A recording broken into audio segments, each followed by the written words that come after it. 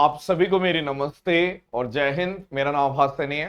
Verbal math में आभास सैनी में आप सभी का स्वागत है। 4 क्वेश्चन है। टाइमर सेट कर लो, कॉपी पेन लेके बैठ जाओ। 4 क्वेश्चन सॉल्व करने हैं आपको। पहला क्वेश्चन ये रहा, करिए ट्राई। कितने सेकंड में हुआ या नहीं हुआ, टाइम नोट करो।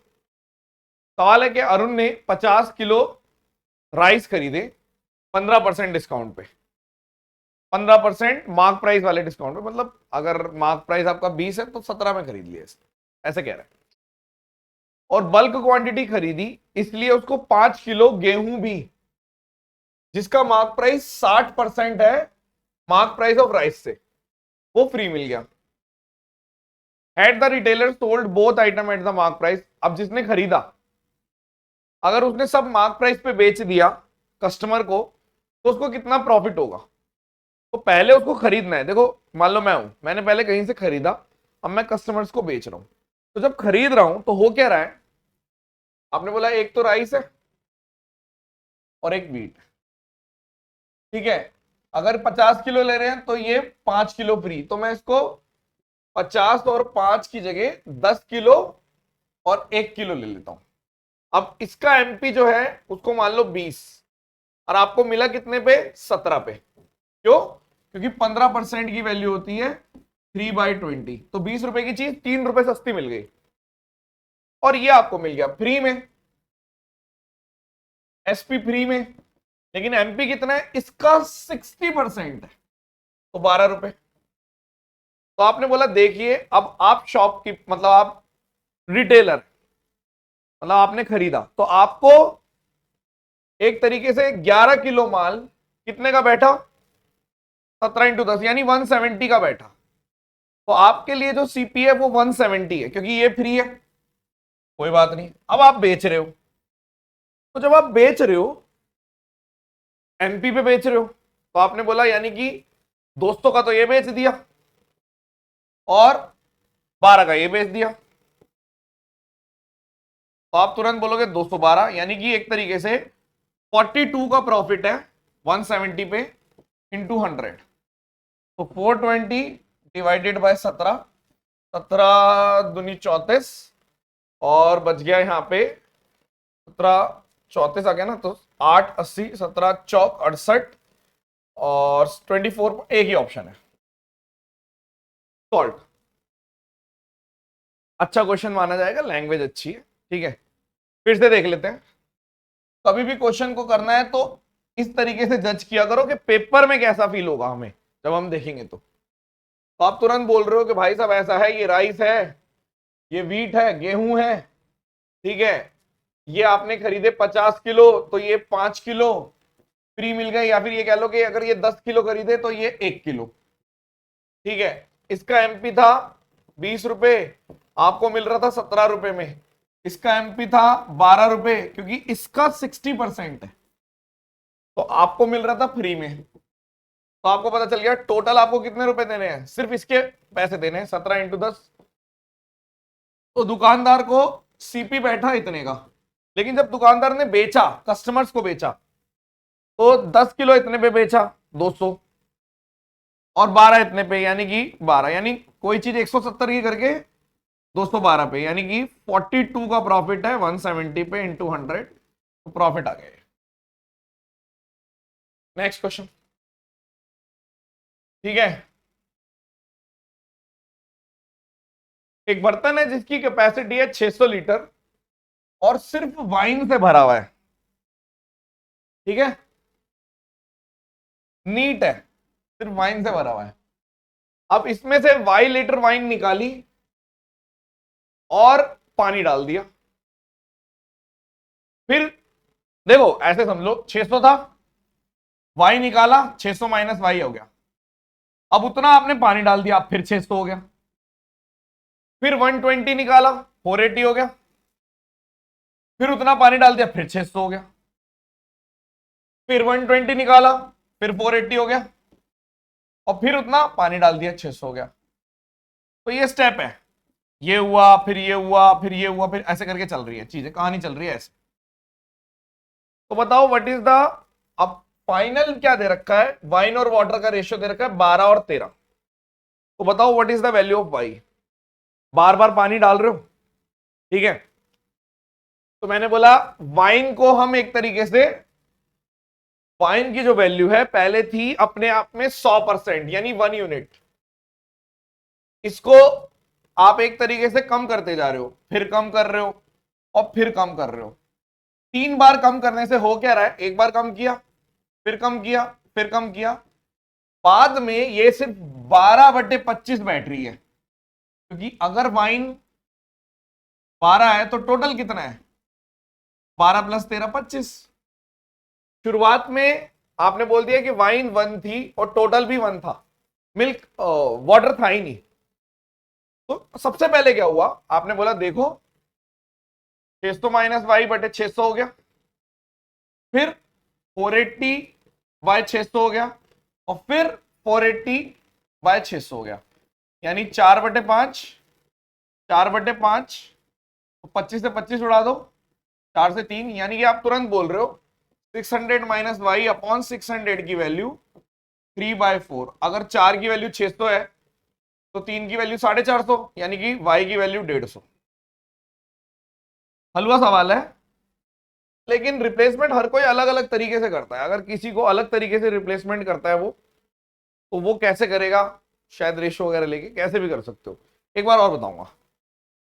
हम ये कहना चाह रहे हैं भाई साहब, सिंपल सी बात है, इधर देखो कि वाइन है, इसको धीरे धीरे धीरे धीरे इसकी वैल्यू कम होती जा रही है, तो फाइनल में सिर्फ 12/25 बैटरी है, यानी एक तरह से 48% बैटरी है। आप ऐसे भी कह सकते हो कि भाई साहब यहां पे 48% है, यानी 12/25, और पहले 100% थी। शुरुआत में 100% थी क्योंकि बार बार निकाल के पानी से रिप्लेस, निकाल रहे मिक्सचर और पानी से रिप्लेस, निकाल रहे मिक्सचर और पानी से रिप्लेस। तो आपने बोला देखो 600 थी, 600 - y हो गई और फिर 600 हो गई, यानी पहले जो हो रहा है, तो यहां पे 600 - y और 600, फिर 480 हुई, फिर 600 हो गई, यानी कि 4/5, फिर 480 हुई, फिर 600 हो गई, तो 4/5। ये क्वेश्चन आसान इसलिए क्योंकि बार बार पानी से ही करवा रहा है, थोड़ा ध्यान देना पड़ता है, एक बार पानी एक बार वाइन से करवाता तो ये कट गया, यहां पे भी कट गया, तो आपने तुरंत बोल दिया तो 1 है, तो 600 - y की वैल्यू 3/4। भाई 4 की वैल्यू अगर 600 है तो 1 की वैल्यू 150 हो गई, ऊपर 3 ही तो लिखा हुआ है, y की वैल्यू 1 यूनिट है, 150। नेक्स्ट क्वेश्चन, क्या सेकंड क्वेश्चन आपका ठीक हो गया था? अगर हाँ तो कमेंट सेक्शन में बता सकते हो कितने सेकंड्स में आपने किया। नेक्स्ट, 120 मीटर की रेस है, पी ने बी को 6 मीटर से हराया, यानी आप ये कह सकते हो कि जब पी और एस है, ठीक है। पहली लाइन का मतलब समझा रहा हूं कि अगर ये 120 भाग रहा है तो ये 114, यानी कि जो स्पीड ऑफ पी और स्पीड ऑफ एस, या डिस्टेंस ऑफ पी और डिस्टेंस ऑफ एस की अगर बात करें तो वो इस रेशियो में है कि 120/114, यानी कि 60/57। आपने बोला कोई दिक्कत नहीं है, ये तो पहली लाइन का मतलब है। तो ये स्पीड के रेशियो की भी बात कर सकते हो कि अगर पी की स्पीड 60 यूनिट है तो एस की स्पीड 57 यूनिट है। क्यों? क्योंकि 6 मीटर से हरा रहा है, ठीक है। अब आपने बोला अगर एस 7.5 मीटर के हेड स्टार्ट, मतलब कि 100 मीटर की रेस है, 100 मीटर की, 100 मीटर, तो एस यहां से भाग रहा है, मतलब 7.5 कम भाग रहा है। तो अगर एस को भागना है तो जीतने के लिए कितना भागना है, इसको बस 92.5 मीटर भागना है जीतने के लिए एस को।